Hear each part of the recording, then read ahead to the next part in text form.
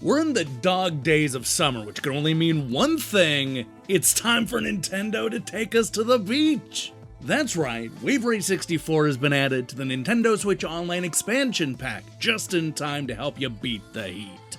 Now, that's cool and all, but is the game actually worth playing in 2022?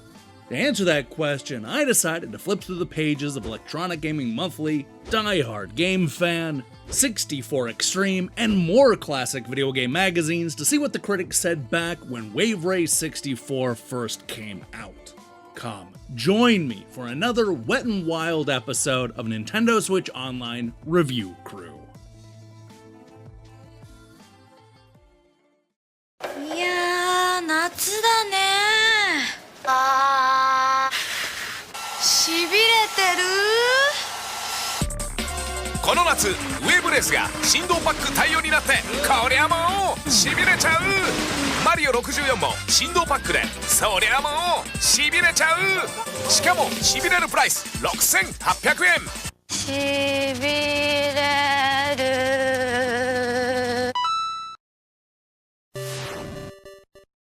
When the Nintendo 64 debuted in the United States back on September 29, 1996, your gaming options were limited to Super Mario 64 or Pilot Wings 64.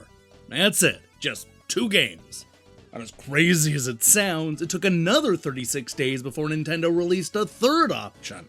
That game was Wave Race 64, the long-awaited sequel to one of Nintendo's more obscure Game Boy releases. On top of simply being a great racing game with colorful graphics and a killer soundtrack, this was one of the first games to truly show off the Nintendo 64's much-hyped multiplayer modes. It was fast-paced and accessible to everybody, making it the perfect showpiece game for anybody looking for some hot, over-the-top 4-player action.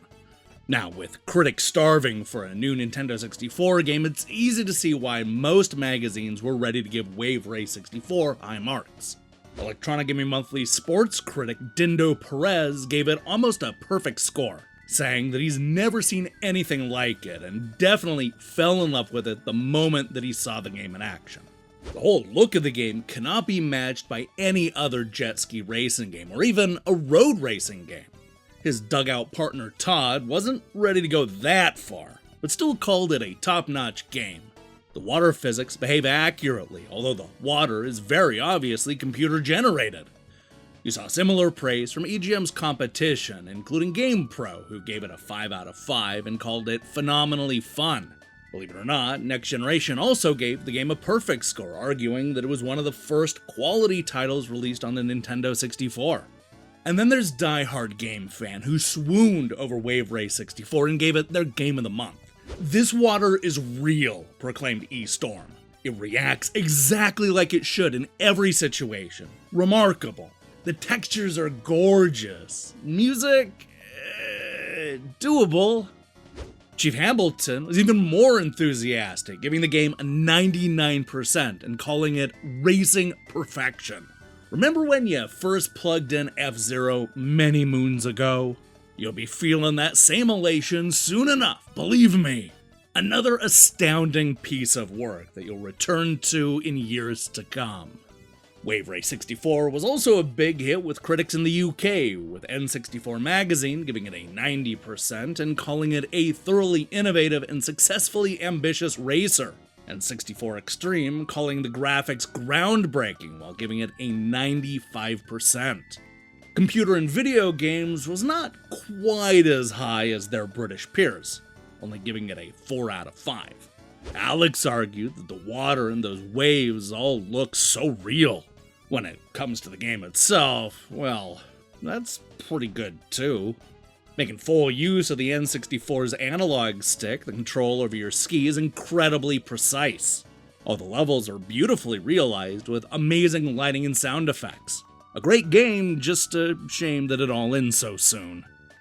Now, in case you're wondering, it was Nintendo Power who actually gave Wave Race 64 the lowest score.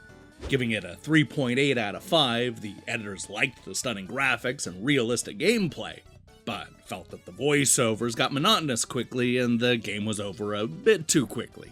I suppose it's not that surprising that a first-generation Nintendo 64 game might be a little light on content, as that's pretty much par for the course with any system. It'll be interesting, however, to see if the waves and the water still feel as realistic all these years later. I guess you should just go and check it out for yourself and see what you think.